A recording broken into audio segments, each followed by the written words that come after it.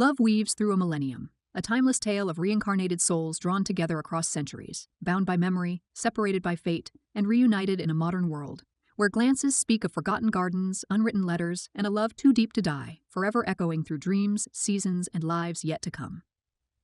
Time is not a line, not a river, not even a circle. It is a thread woven, tangled, and invisible to most, but strong enough to carry love across centuries.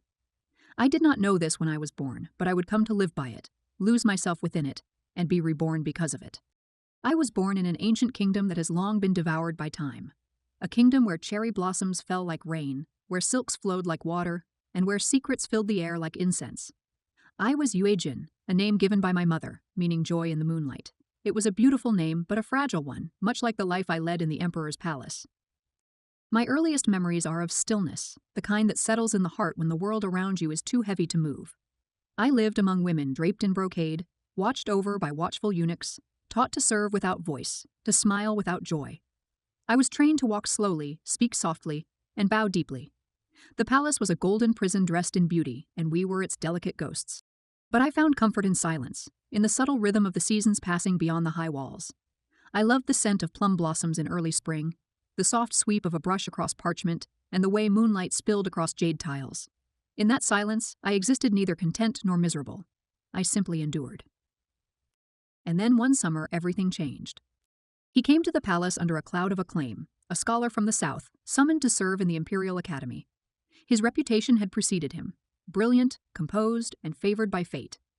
He was nothing like the other men in the court. There was no hunger in his eyes, no arrogance in his bearing. He walked like someone who had seen sorrow and survived it. His presence did not shout, it resonated, as if the very air took notice when he entered a room. I saw him first in the garden library. He sat beneath a tree with a scroll in hand, unaware of my gaze. The sunlight danced across his sharp, solemn, beautiful features in a way that felt almost familiar. I should have turned away. I should have known that even one glance would change everything. But I stayed, just a moment longer. It began as curiosity. I watched him from behind latticed screens and courtyards. I listened to the way he spoke, measured, careful, yet filled with restrained passion, when he read poetry aloud to the other scholars. And then one day I noticed something unexpected. He was watching me too. He never broke the rules. He never reached out. But his gaze would linger a second longer than it should.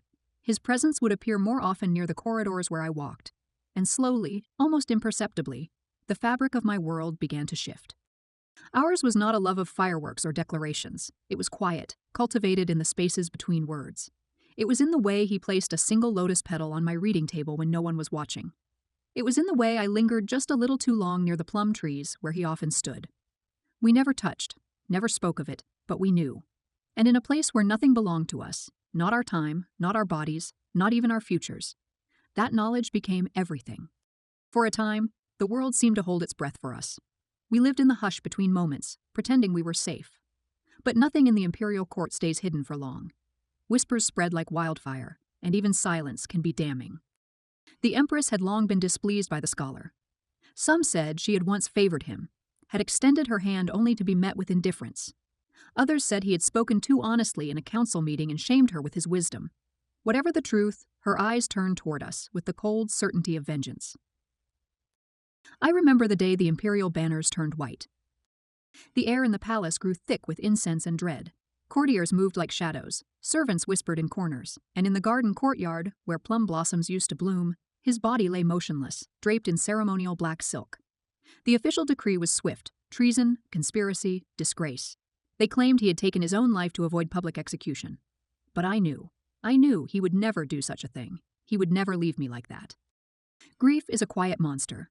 It doesn't roar or break, it sinks. It dragged me down so gently I didn't notice until I could no longer breathe. I stopped eating. I stopped speaking. I wandered the palace like a ghost, retracing our steps as though they would somehow bring him back. The world around me moved on, but I was no longer part of it. And then one night, beneath the pale moon that once gave my name its meaning, I made my choice. I returned to the garden where we first saw each other, carrying a single lotus petal pressed between pages of parchment.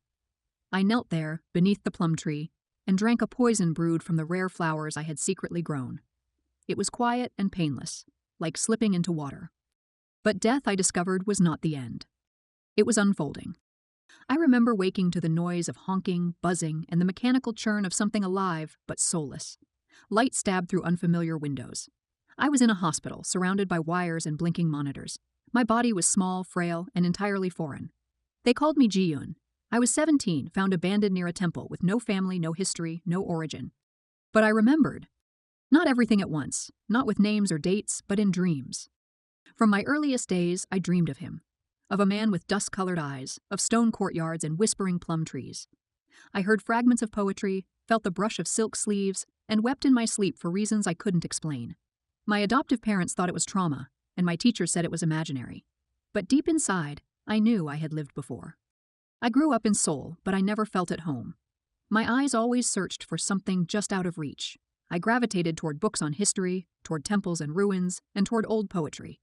The past clung to me like a second skin, and as I entered adulthood, the dreams became more vivid. I began to paint. Not because I had training or talent, but because my hands itched to recreate what I saw in my sleep. Palace walls, garden bridges, a scholar's silhouette against candlelight. His face is always just a breath away, unformed but unforgettable.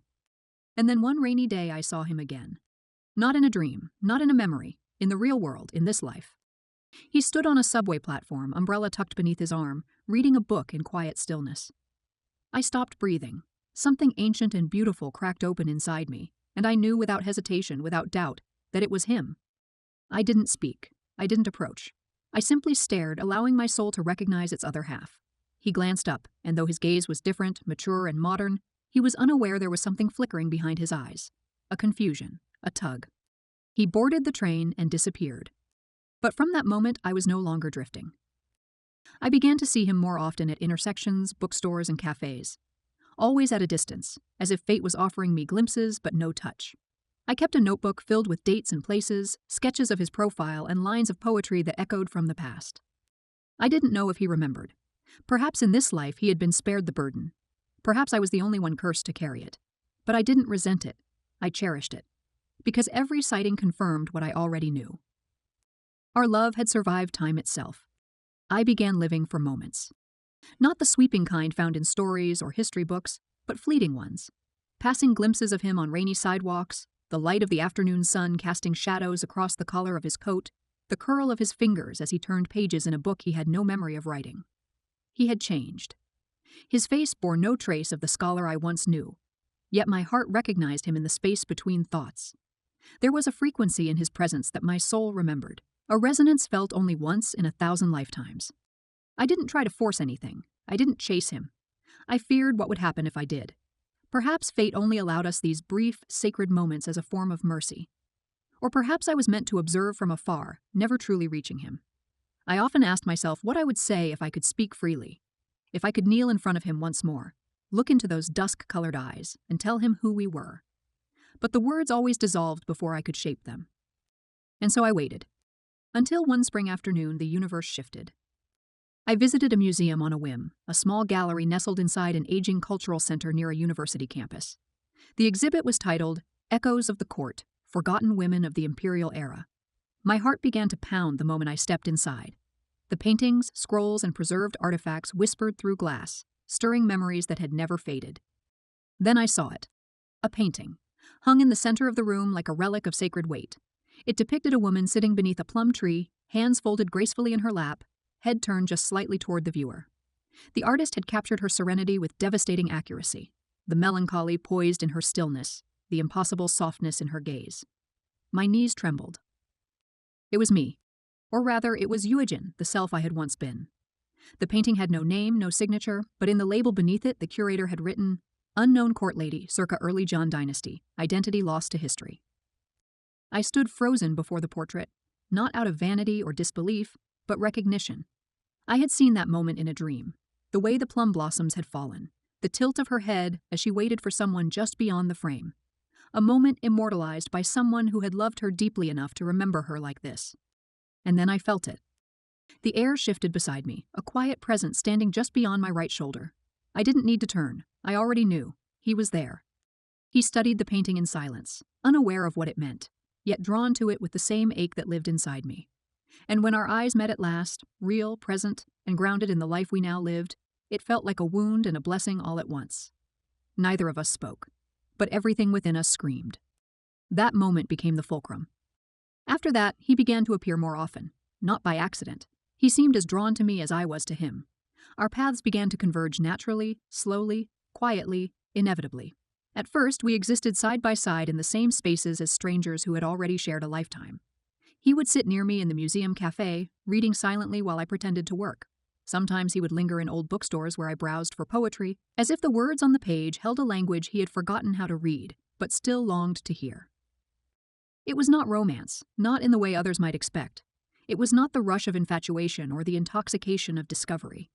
It was slow remembrance, like two ancient trees stretching toward each other across the seasons. There was no need to speak of the past. I could see the confusion in his eyes, sometimes the flicker of something familiar that he couldn't place, a déjà vu stitched into the rhythm of his thoughts. But he never looked afraid, only quietly haunted. I wrote about him often, not directly, but in fragments, in poems that held no names, in journal entries that began as fiction but turned into confessions. I filled notebooks with stories about red threads, hidden gardens, and unfinished lives. My therapist called it coping. I called it survival. Because even in this modern life, surrounded by technology and distractions, I remained tethered to something old, something sacred. And then came the dream. It was not like the others. This one was clearer, heavier, like the truth wrapped in silk and flame. In it, I saw us in a previous life not as court ladies and scholars, but as peasants fleeing through rain-soaked fields chased by soldiers. We were young and frightened, but still in love. He died in my arms, pierced by an arrow meant for me. I awoke gasping with his name on my lips, though I had never spoken it in this life. The realization hit me then. We had not only lived once, we had lived together many times, always together, always torn apart. In every life we found each other. In every life we lost each other. The weight of that truth hollowed me. Love, I had always believed, was a gift. But now I saw its curse. To carry love through lifetimes meant to also carry grief. To remember what the world had forgotten meant living in a kind of exile present, but never fully belonging. How many lives would we have to endure before we were allowed to finish what began beneath that plum tree? Still, I did not give up. I began visiting the museum more often, sometimes alone, sometimes hoping he would be there. And each time, the portrait watched us from across the room, a reminder of what we had been, a question we still hadn't answered. Then one evening we crossed paths in a park. The cherry blossoms were just beginning to fall, the air filled with the scent of spring's quiet promise. He stood beneath a tree, hands in his pockets, face tilted up toward the sky as if searching for something he couldn't name. I stood beside him for a long time, just breathing the same air. We didn't need a conversation. The moment was enough. The seasons turned. We became familiar companions. We never spoke of dreams or the past, but we moved through the world together, bound by something deeper than logic. He began to write poems, essays, and thoughts too large for his mind alone. He confessed once that being around me made him feel like he had forgotten something important. I smiled and told him that sometimes forgetting is just the beginning of remembering. And I meant it. I didn't need him to recall every moment of who we had been. I didn't need him to carry the pain I had carried across centuries. All I needed was now. Because in this life we were no longer chained to palaces or wars or destiny. We had freedom, and with it the power to choose. I chose to stay by his side not to recapture the past, but to honor it. Not to rewrite our history, but to finally live without fear. There were days I mourned the lives we lost, the letters never sent, the love never spoken, and the promises broken by time and fate. But those sorrows became sacred. They reminded me how far we had come, how hard we had fought, simply to exist in this quiet, shared life. Now, I walk beside him in this world of traffic lights and coffee shops, of ordinary conversations and shared silences. And I know that even if this life ends as all others have, we will meet again, in another place, under another sky. We will find each other by the way our souls lean toward one another, how our eyes pause before moving on. Because love, when it is true, does not end. It weaves through time, looping back again and again, until the story finishes the way it was always meant to.